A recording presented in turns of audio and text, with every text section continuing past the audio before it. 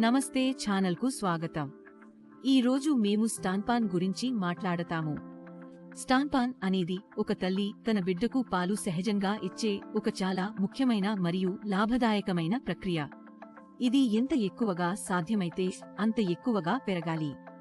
బిడ్డ పుట్టిన తర్వాత తల్లి మొదటి మందమైన పాలు బిడ్డకు చాలా ముఖ్యమైనవి. బిడ్డ పుట్టిన 1 గంటలోపు ఈ పాలను బిడ్డకు ఇవ్వాలి. బిడ్డ పుట్టినప్పటి నుండి 6 నెలల వరకు మేము బిడ్డకు కేవలం తల్లి పాలు మాత్రమే ఇవ్వాలి.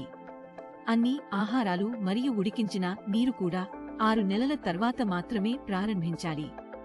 తల్లి ఏ కారణం వల్ల బిడ్డకు పాలు ఇవ్వలేకపోతే డాక్టర్ సలహా ప్రకారం పాలు ఇవ్వాలి. స్టాన్పాన్ తల్లి మరియు బిడ్డ ఇద్దరికీ ముఖ్యమైనది. ఇది అనేక లాభాలను కలిగి ఉంది. అవి ఈ విధంగా ఉన్నాయి. ఇది బిడ్డ యొక్క రోగనిరోధకత మరియు రోగనిరోధక శక్తిని బలపరుస్తుంది. శరీరపు పాలు బిడ్డకు ఉత్తమ పోషణ. ఇది బిడ్డ యొక్క ఆరోగ్యానికి మంచివైన అన్ని అవసరమైన పోషకాలను కలిగి ఉంది మరియు వారి రోగనిరోధక శక్తి కూడా ఎక్కువగా ఉంటుంది. తద్వారా వారు త్వరగా అనారోగ్యానికి గురికావరు.